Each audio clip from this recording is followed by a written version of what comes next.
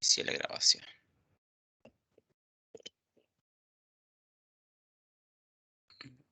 Ahí está. Ahí largo. Bueno. La unidad número 1 y número 2 del segundo cuatrimestre ya están terminadas. Hablamos en un principio del análisis de los algoritmos. Y en base a eso estuvimos viendo eficiencias y distintos tipos de complejidades de los algoritmos. Luego de eso, estuvimos así viendo por encima y que todavía estamos en curso del trabajo de la unidad número 2, donde hablamos de los algoritmos fundamentales, tanto de ordenamiento como de búsqueda. La siguiente unidad habla sobre las estrategias de diseño de algoritmos, o los patrones, o las metodologías, o las formas de diseñar algoritmos. Nosotros vamos a ver particularmente 5 técnicas de diseño de algoritmos, donde cada una de ellas trata de proponer una especie de recetita o modelo para determinados problemas o particularidades que se quieran afrontar. Un poco vamos a ver eso, ¿no? Hablar de qué es lo que son los diseños de algoritmos, ver distintos tipos de estilos de programación y estructuras, ver cómo se aplicarían la resolución de problemas, establecer patrones o las técnicas, y bueno, está un poco el tema de la bibliografía, que seguimos utilizando los mismos libros. Y cuando nosotros hablamos de diseñar algoritmos, hay varios aspectos que se tienen que tener en cuenta. Uno de ellos es la calidad de un programa. Y que básicamente algo que se mida en calidad no quiere decir que eh, sea que un programa funcione, nada más. Es decir, haga lo que tiene que hacer y punto. No, cuando hablamos de calidad, tiene que reunir varios aspectos. ¿Bien? Además de que, obviamente, el funcionamiento sea correcto, tiene que tener una buena documentación, tiene que ser eficiente y tiene que tratar de minimizar la cantidad de recursos que se terminan utilizando. Ahora, en base a esto, hay muchas formas de establecer o de plantear el enfoque de cómo se va a diseñar un algoritmo. Y podríamos tratar, si ustedes se acuerdan, que lo hemos visto antes, los diseños, tanto la programación modular como el top-down o el bottom-up. Eso hace, o ya sea el diseño descendiente, hace que eh, los programas terminen siendo buenos, tengan una buena legibilidad, sean modificables, sean mantenibles, es decir, si les necesito agregar alguna funcionalidad, sea muy simple de modificar eso. Y justamente es que la legibilidad hoy en día es uno de los criterios más importantes que nosotros tenemos a la hora de decir si un programa es o no bueno. Si yo les traigo, y hablemos de cualquier sentido, ¿no? Si yo les traigo un programa que está hecho en una sola línea, todo, o que está todo pegado hacia la izquierda, no está nada indentado, eso no es legible. Y de todas formas, si yo, qué sé yo, quiero sumar dos elementos y para sumar dos elementos hago una cosa rebuscada, eso tampoco hace que un programa sea legible. Ahora, gracias a los avances de los estilos de programación, es que todo esto conduce básicamente a, em, a armar programas que sean más eficientes en términos de memoria y en términos de tiempo. Y ahí es donde empezamos un poco a hablar de lo que es o de lo que son los estilos de la programación. Y básicamente, eh, cómo programa, y acá es donde empezamos a ver algunas cosas que ya es particular de cada uno. Si nosotros adquirimos un estilo de programación, básicamente indentamos todo, dejamos espaciado el código, modularizamos todo, ponemos nombres representativos, entre otras cosas, eso hace a la inventiva y a la ingeniosidad que termina teniendo un programador, y que básicamente esto también se genera por práctica, ¿sí? Establecer una forma de programación, un estilo, es práctica. Esto requiere horas de dedicarse y de implementar distintas técnicas. Ahora, eso es lo que nosotros vamos a buscar acá, en el hecho de tratar de establecer diseños de algoritmos. ¿Y qué características tiene que tener o qué aspectos son los que se miden? Bueno, el programa tiene que funcionar. Tenemos la documentación, la eficiencia Y en cada uno de ellos tenemos distintos aspectos que tenemos que ver. Cuando hablamos de que el programa debe funcionar, tiene que ser que, digamos, no tenga ambigüedades. Si yo sumo dos números, la suma de esos dos números siempre tiene que ser la misma. Es decir, si siempre sumo 2 más 3, siempre me tiene que dar 5. No puede ser que el programa me dé en un momento 5, me dé 8, 25. Entonces, el programa tiene que funcionar para lo que es y tiene que presentar datos que sean correctos. Es decir, para un conjunto de datos de entrada, tiene que generar las mismas salidas. Además, se mide en términos de la documentación.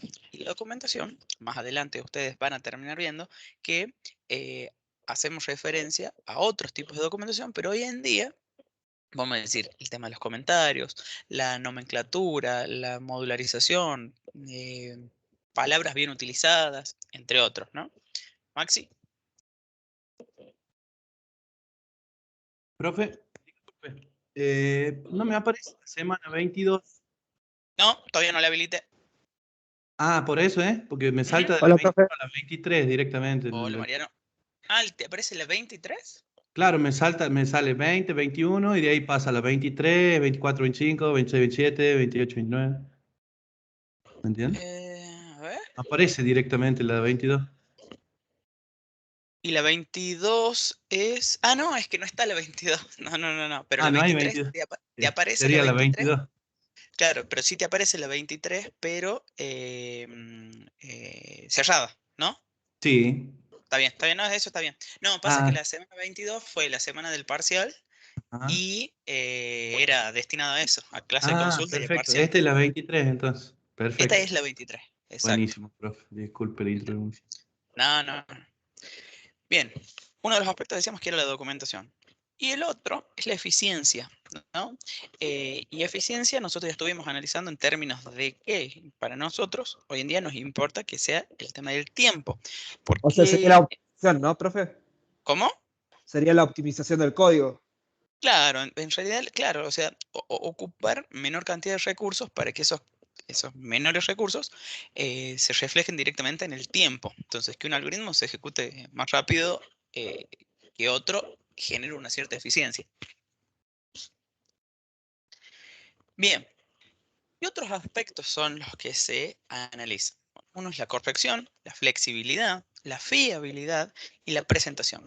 La corrección, básicamente, es que el programa tiene que coincidir exactamente con las especificaciones. Es decir, si se les está pidiendo que sumen un arreglo de 50 elementos, tienen que sumar un arreglo de 50 elementos.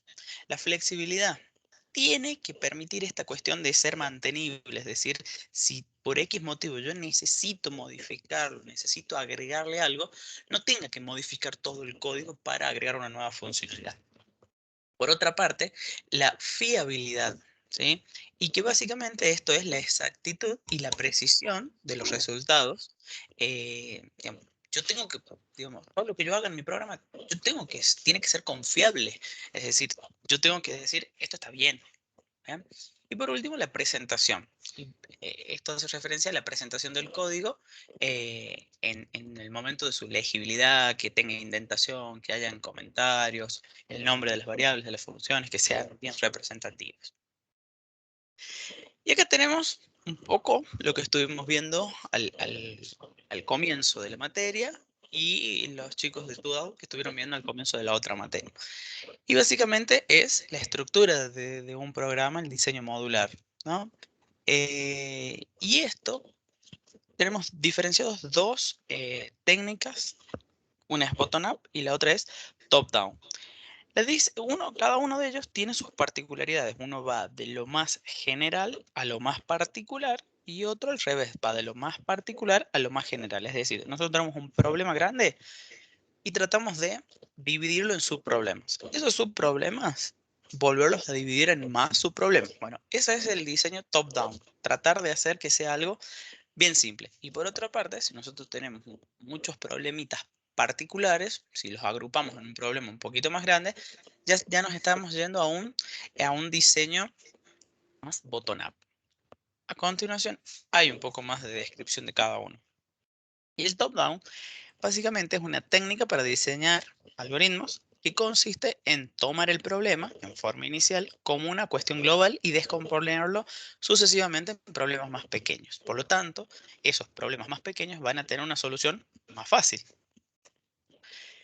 La descomposición del problema original puede detenerse cuando los problemas resultantes alcanzan un nivel de detalle que el programador y el analista pueden implementar fácilmente. Básicamente, si yo les digo a ustedes que calculen el promedio de la edad de todos los que estamos ahora en la videollamada, bueno, eso se puede dividir en varios procesos. En uno, que vaya contando cuántos alumnos hay. Otro, que vaya sumando las edades de cada uno. Y al final, ya tengo la suma de las edades. Después tengo la cantidad de alumnos, divido. Bueno, pero eso es un proceso general, calcular el promedio.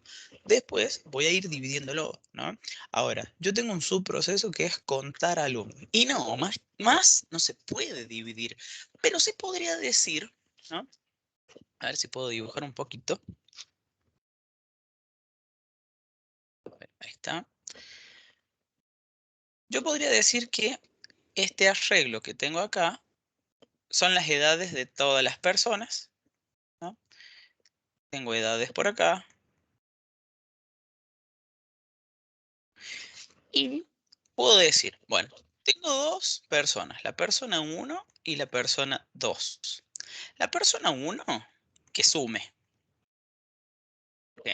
No sabemos cuánto tiene. Y la persona 2, que cuente. Bien, entonces, si uno va sumando todas las edades, listo, va a tener un número. Perfecto. El otro va a tener otro número. Y por acá podría haber una persona 3 que diga, bueno, a esta suma la divido en esto. S dividido en C. Perfecto. ¿Podría dividir un poco más el contar o el sumar? Y capaz que sí, porque podría decir, no, mira, la persona 1, ¿sí? Y la persona 2, que sumen, pero que uno tome la primera mitad y el otro tome la otra mitad. Entonces, sumaron más rápido, pero falta alguien que cuente. Bueno, tengo la persona 3, la persona 4, este que cuente un poco y bueno, este que cuente todo y este último que divida la suma de estos dos con esto. Básicamente lo podemos ir dividiendo en más cosas y así lo podemos llevar a un montón de aspectos. Esto es lo que hace el diseño top-down. Y el contrario es el bottom-up. Básicamente va desde lo más preciso, es decir, desde lo más puntual, a lo más general. Y esto es buena práctica. Y depende del contexto y cosas así, pero lo más recomendable es que se haga un diseño top-down, ¿no? Tener algo más modularizable.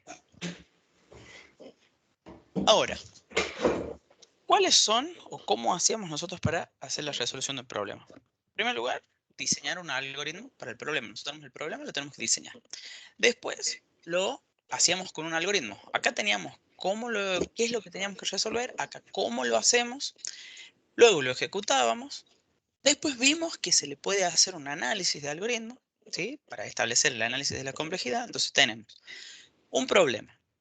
Tenemos el problema. Después del problema tenemos un algoritmo. Ese algoritmo lo generamos en un programa, lo ejecutamos y después podríamos analizarlo. Por último, ¿qué es lo que podríamos hacer también? Es aplicar una técnica de diseño. Básicamente, nosotros tenemos esto, un problema. Ese problema, nosotros tratamos de armar un modelado, que ese modelado se representa con un algoritmo y ese algoritmo implementado es un programa.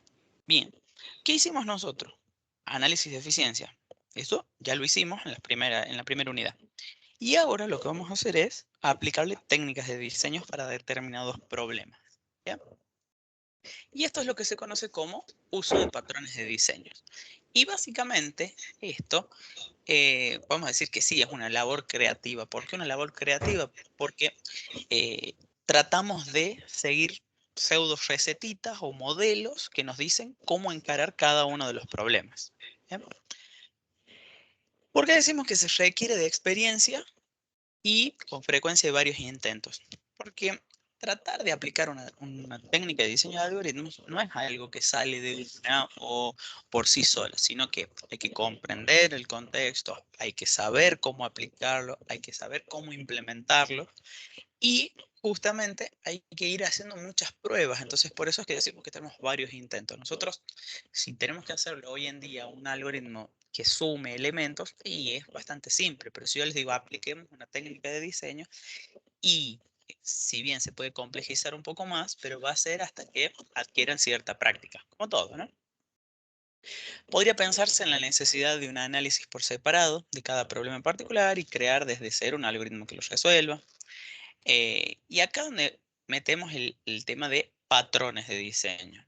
Y patrones de diseños justamente son distintos modelos que pueden haber para ciertos grupos de problemas. Van a ver que, no sé, cuando tengamos problemas de optimización de alguna serie de procesos, vamos a utilizar una técnica que sirve para optimizaciones. Cuando tengamos problemas que los datos no sean dependientes, es decir, que no hay problema que, no sé, dos personas resuelvan el mismo problema y optimizan el tema de tiempo, bueno, se va a aplicar otra técnica. Cuando estamos tratando de analizar distintos caminos o distintas posibilidades, se analizará otro tema. Cuando estamos tratando de reutilizar cálculos que ya hayamos hecho, se utilizará otra técnica y así sucesivamente, ¿no? Y justamente ahí están las que nosotros decimos. Existen 5 técnicas de diseño y básicamente en la mayoría de los libros son las principales técnicas que se aplican para la resolución. Una de ellas es divide y vencerás, que es la técnica que vamos a ver hoy. Y básicamente consiste en dividir el problema en subproblemas para encontrar una posible solución. Otra técnica es algoritmos ávidos, voraces, glotones o greedy. Básicamente estos algoritmos son utilizados para la optimización de procesos, de cálculos o de algún trabajo en específico, pero tiene una particularidad.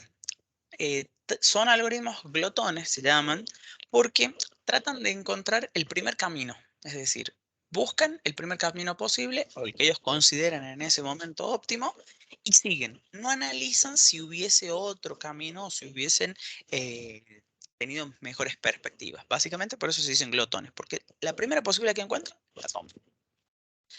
Después tenemos algoritmos de búsqueda o con retroceso y que son los conocidos como backtracking. Y básicamente un algoritmo de backtracking sirve para, bueno, encuentro una posibilidad, la evalúo, pero puedo encontrar otra posibilidad, la vuelvo a evaluar y encuentro otra posibilidad. Básicamente este permite utilizar un gran conjunto de escenarios y plantear distintas posibles soluciones para que al final obviamente se queden con el mejor. Este proceso de backtracking también se lo conoce como generación de árboles de decisión. Después tenemos la técnica de ramificación y poda, que básicamente es una mejora del algoritmo de backtracking donde tratamos de justamente podar las ramas de ese árbol que se generan y no conduzcan a una posible solución. Y por último, tenemos la técnica de programación dinámica que sirve para cuando nosotros tenemos reutilización de cálculos o en el proceso necesitamos algo y ya lo calculamos, entonces en vez de volver a calcularlo, lo reutilizo. Entonces esto tiene una técnica de que utiliza una pseudomemoria donde va almacenando procesos intermedios. Hasta acá. ¿Venimos bien? ¿Sabemos a lo que vamos a tratar de ir? Me tuve que levantar justo, profe, no vi la última parte que explicaba cada uno de los 5. No. Después lo podés volver a ver, no hay problema. Sí, sí. Esta es la última unidad que nosotros vemos en la asignatura, o sea, de acá hasta que termine el cuatrimestre, vamos a estar sobre esta unidad y vamos a ir, digamos, iterando por cada una de las técnicas. ¿Sí? Está bien. Bueno, ahí están los libros, son exactamente los mismos que nosotros ya veníamos trabajando, ¿no? Vamos con la técnica divide y Profe, vencerás. yo ¿Sí? tenía una duda con respecto a lo que es era el trabajo práctico. Bueno, ya terminamos esto y lo vemos. Dale. Vamos Ahí con la vengo primera igual. técnica. Estoy con los pintores acá en casa, entonces me están llamando cada por tres. Bueno, Aviso vamos por con la la primera técnica. Divide y vencerás. Básicamente, esta técnica de divide y vencerás es una técnica que lo que trata de hacer es, dado un problema, y a partir de una solución general, encontrar subproblemas que sean del mismo tipo, pero que sean de menor tamaño.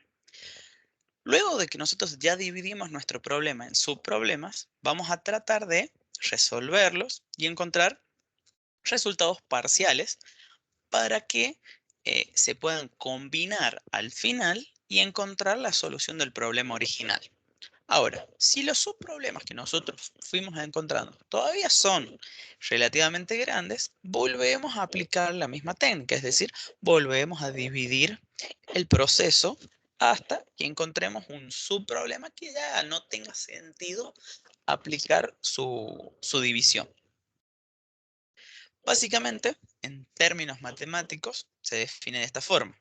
Si el problema X es de tamaño n y nosotros podemos encontrar subproblemas X sub 1, X sub 2, X sub k, donde N1, N2, Nk hace referencia al tamaño de los subproblemas y tenemos un tiempo de ejecución TDN del algoritmo divide y vencerás, ¿sí? De esta forma, nosotros podemos identificar bien cada cosa. GDN va a ser el caso base donde ya no necesite aplicarse la técnica de diseño y además aplica, además del técnico, digamos, del tiempo del caso base, aplica el tiempo que me tarda en analizar y saber si tengo que volver a dividir el proceso. Después, ¿qué tenemos? No se hagan problema porque esto es en términos matemáticos, no es que tienen que terminar haciendo eso, o sea, ya venimos haciendo técnicas de diseño, pero sin saber que lo son.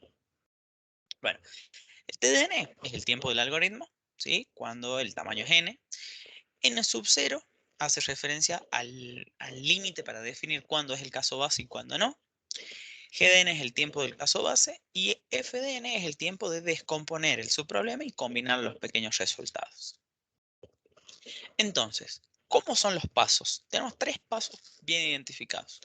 El primero es plantear el problema de forma que pueda descomponerse en K subproblemas del mismo tipo, pero de menor tamaño.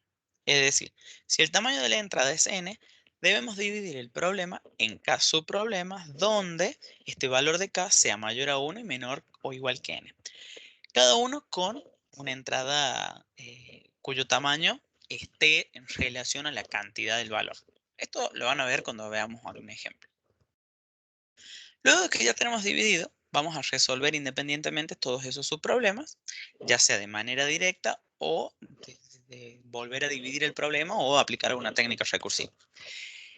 El hecho de que el tamaño de los subproblemas sea estrictamente menor que el tamaño original del problema nos garantiza la convergencia hacia los casos elementales. Básicamente nos está diciendo que si el tamaño es más chico, el tiempo tiene que ser menor. También denominados casos bases, en los que se utiliza un método directo para obtener la solución. Básicamente, cuando ya tenemos una cantidad muy chica de elementos, tenemos algunas formas sin necesidad de aplicar la técnica. Y por último, tenemos que combinar esas soluciones obtenidas en el paso 2 para dar solución al problema general. Entonces, el problema original se descompone en L subproblemas más pequeños, tamaño del problema original n, y ahora cada uno de los subproblemas va a tener un tamaño m sub i. Y nosotros tenemos una hipótesis donde resolver un problema más pequeño tiene que tener un costo menor. Costo, ahí pasó la T. La resolución de los casos muy pequeños básicamente tienden a ser triviales, es decir que siempre que los valores sean muy chiquititos, el tiempo va a terminar siendo lo mismo. Y los L subproblemas se resuelven por separados aplicando el mismo algoritmo. La solución al problema original se obtiene combinando las soluciones. Bien, este es el código. Lo vamos a ver después de ver esto, para que se entienda. Nosotros tenemos un problema que si nosotros aplicamos la primera parte de dividir, vamos a encontrar un subproblema. Tenemos ya 2 subproblemas al problema principal. Nosotros tratamos de resolver este subproblema y entonces encontramos una solución a ese subproblema particular y una solución a este problema en particular. Luego de tener esas dos soluciones, tratamos de combinar. Ahora, esto podría extenderse a algo más grande.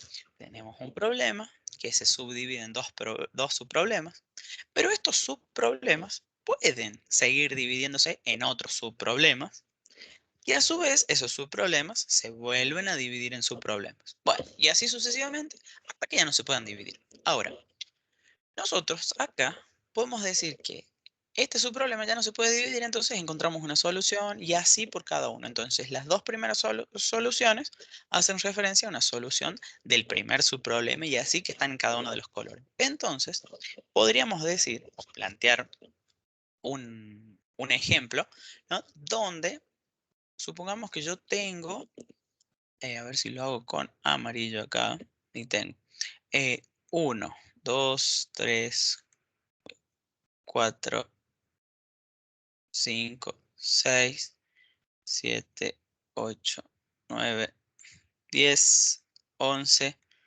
12, 13, 14, 15 y 16. Y yo sí digo, bueno, quiero sumar todos estos números del 1 al 16. Yo tengo un solo recurso y bueno, tengo que sumar 1 más 2 más 3 más 4, ta. Tengo que sumar de uno en uno. Ahora vengo y digo, no, vos sabés que tengo más personas que me pueden ayudar. Ahora tengo una persona más, soy yo y otra persona más. Entonces vengo y digo, bueno, hagamos una cosa. Estos datos, no hay problema si yo le doy la primera mitad a uno, ¿no? Y le doy la otra mitad a otro. Entonces vengo y digo, bueno, la primera mitad se va para uno. Entonces viene y dice, vos tenés del 1 al 8 y vos tenés del 9 al 16. Entonces, bueno, lo suma y yo ya tengo la suma de esta parte, la suma de esta parte, por lo tanto, ya estoy en este proceso, ya estoy al final, ¿no? Entonces vengo y digo, bueno, la suma de esto más la suma de esto, que se combine, y en definitiva me está dando la suma de todo. Ahora vengo y digo, no, ¿sabes que encima de tener eso, tengo más recursos en los cuales yo puedo venir y decir, no, vamos a, en vez de dividirlo ahí, yo digo, sí, te doy a vos la primera parte, es decir, del 1 al 8, y a vos te doy del 9 al 16. Pero vengo acá y digo, a vos te doy del 1 al 4, y a vos te doy del 5 al 8, y a este otro digo, bueno, a vos te doy del 1 al 2, y a vos te doy el 3 y el 4. Acá le doy el 5 al 6, acá el 7 y el 8.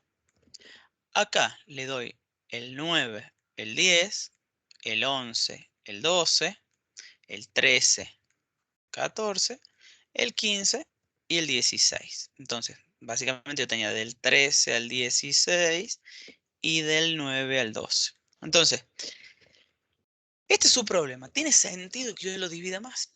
Y la verdad que no. Entonces yo podría decir, bueno, suma 1 más 2, tengo 3. Acá tengo 7. Acá tengo 11. Acá tengo 15. Acá tengo 19. Acá tengo 23. Acá tengo 27. Y acá tengo 31. Listo.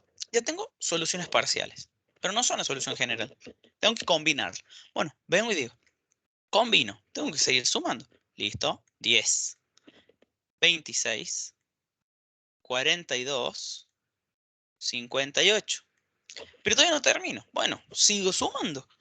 Tengo 36, que sumo estos dos. Acá termino sumando. Uy, le puse. Esto era 10. Ah, no, está bien, 42. Sumo acá y me termina dando 100. 110. 110. No, estaba bien, 100. 100. Y tengo esas dos soluciones. Y ahora digo, no, bueno, pero todavía te falta. Listo, 136. Pero esto es la solución al primer problema, que era hacer esto. Entonces, ¿yo qué hice acá? Apliqué esta técnica donde esto capaz que me tardaba, no sé, 20 segundos, estoy inventando. Pero estos dos, y deberían tardar menos que 20, seguro. Podríamos decir que tarda 10, pero también podríamos decir que tarda 11. Esto también tiene que tardar menos de 20. Podría ser, no sé, 11 también. Ahora, yo sé que este de acá tienen que tardar menos que 11, porque este es un subproblema. Y así sucesivamente, hasta que al final podría decir que este tarda 3, 3, 3, y que en definitiva el problema general, cuando apuntemos a una arquitectura paralela, donde decir yo puedo dividirlo en determinados hilos, en determinados procesos, bueno, es otra cosa. ¿Se entiende más o menos el esquema este?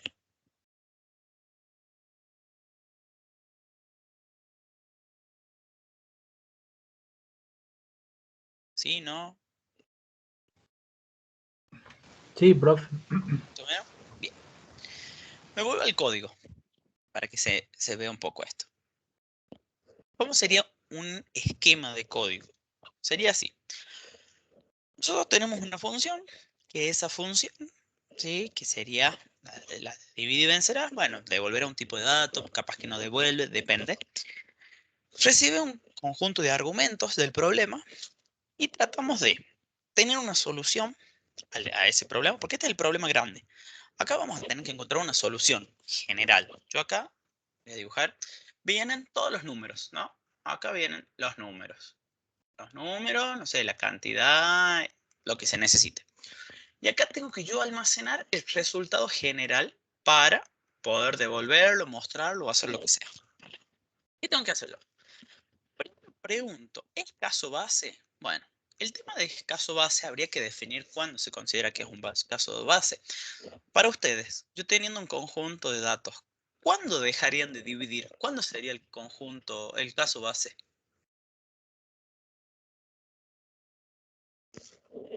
2 menos 1. 2 menos 1. No, ¿cómo 2 menos 1? No entiendo. ¿Cuál sería el caso base? O sea, ¿cuándo tengo que dejar de dividir y ya puedo resolver el problema? Estoy sumando los números, ¿no? Del 1, 2. Sumando. Claro. ¿Cuál es mi caso base? O sea, yo tengo esto. ¿Es mi caso base? Cuando Y n igual a n. miremos. ¿Es mi caso base esto? No. Yo lo divido. Entonces vengo y digo 1 al 4, 5 al 8. ¿Es mi caso base esto? Acuérdense del ejemplo que hice hace ratito. ¿Era el caso base eso? No. ¿Qué me falta? Bueno, tengo 1, 2, 3, 4. Por acá tengo el 5, el 6. Por acá tengo el 7 y 8. ¿Tengo que seguir dividiendo? ¿O sé sumar eso?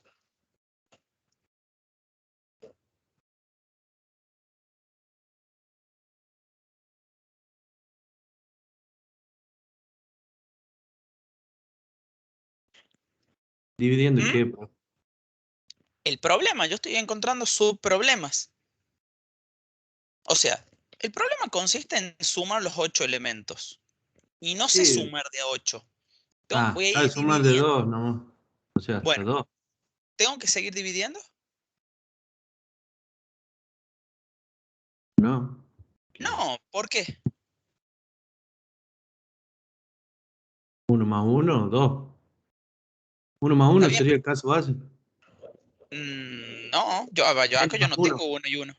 N más 1. Ah, bueno. Ah, ¿qué es ahí? 12.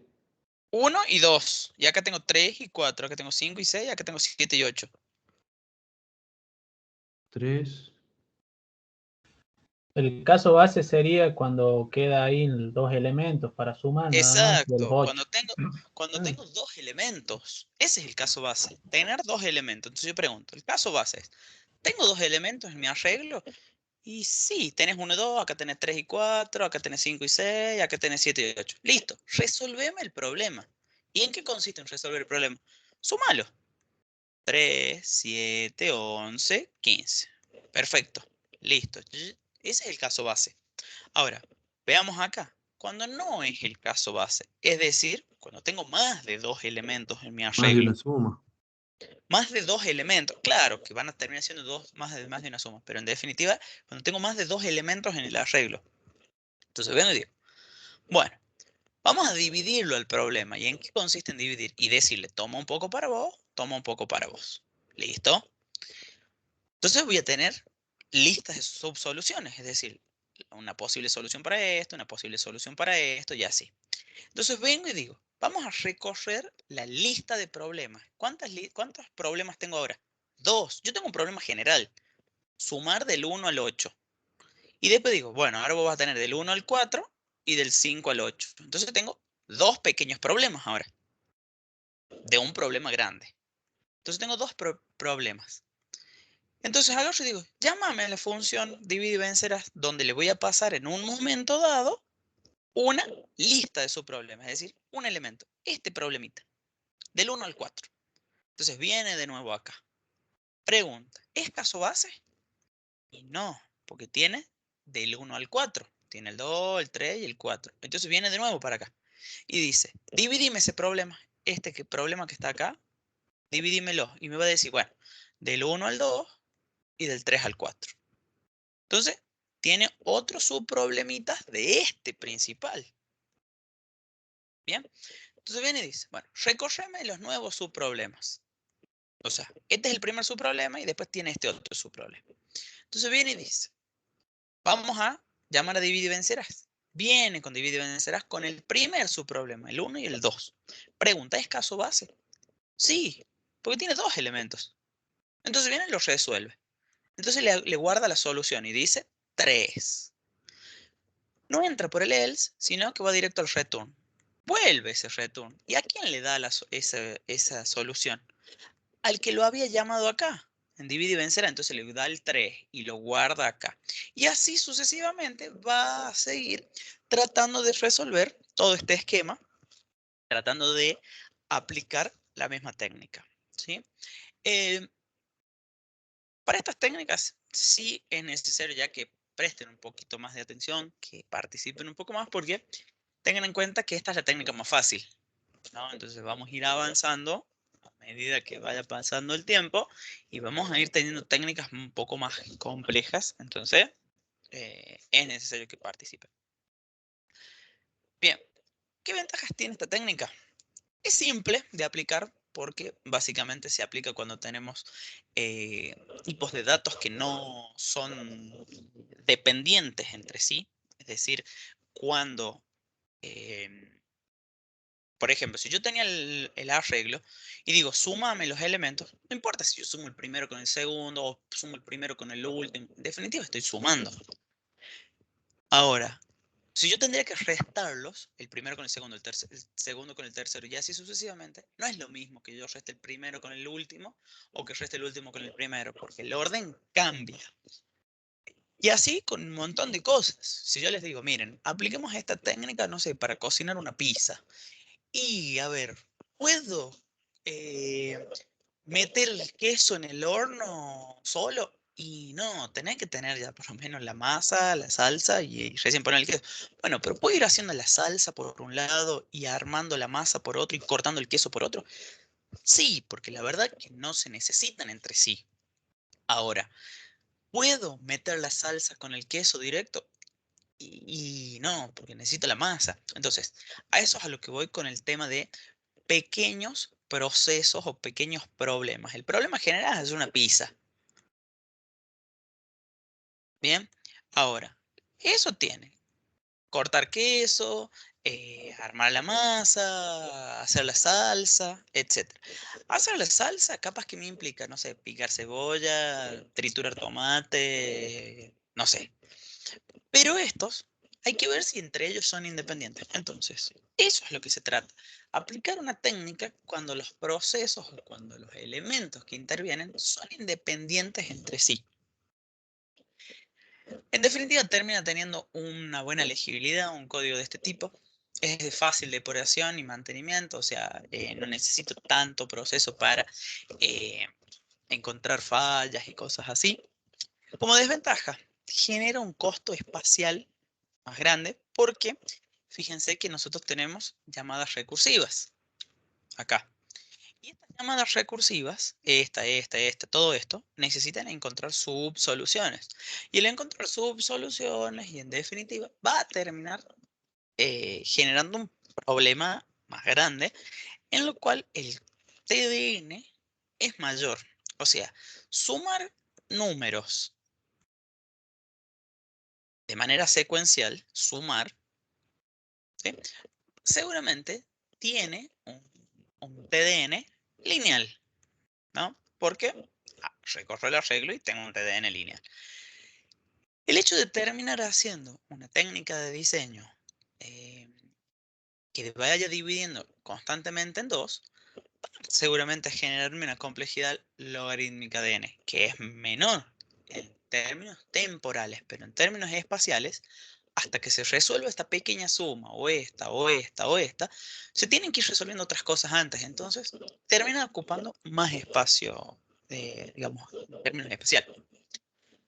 Y en ocasiones no se reduce, sino que incluso aumenta la complejidad temporal con respecto a soluciones iterativas. Para el caso de sumar los números, sí, básicamente se puede contemplar que sí.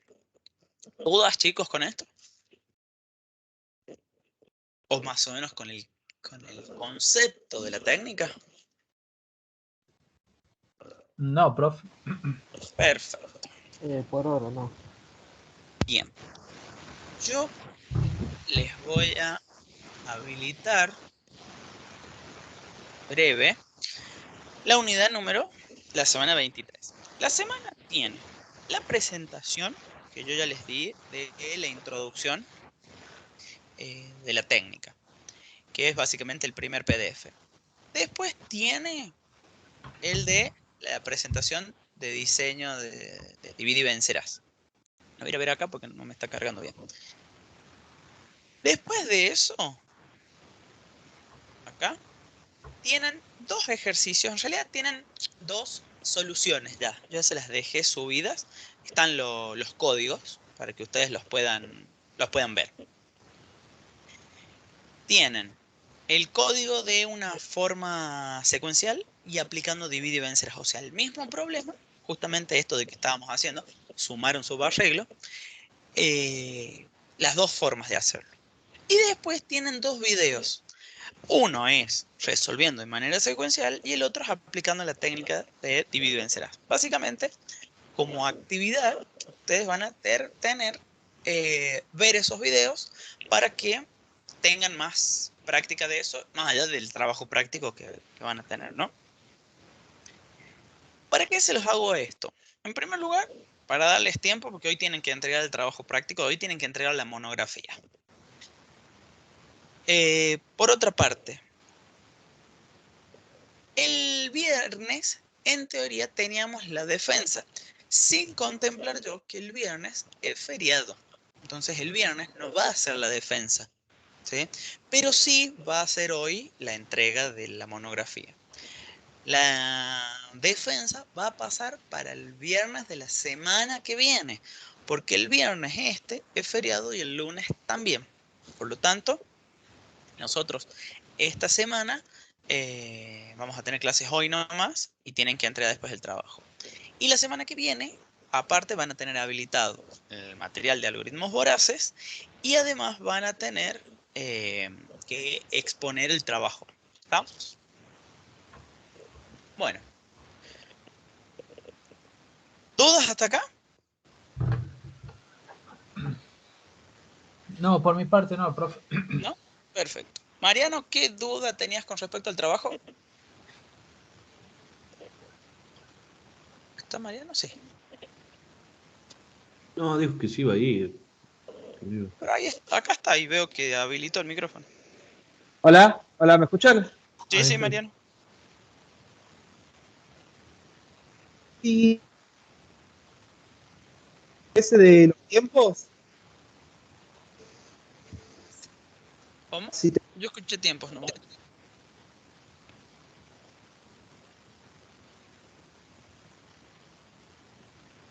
¿Ustedes lo escuchan a Mariano o yo soy el que no lo escucho? No, no se lo yo escucho. escuché entrecortado. Bueno, pensé que era yo. Profe, todavía no habilitó la semana 23, ¿cierto? No.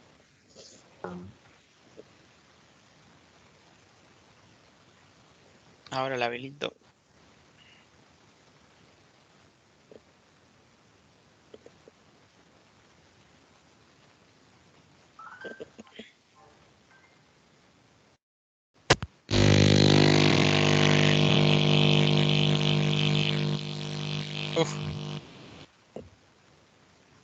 Marian dice que no le gusta, no le anda el micro. No le anda el micro.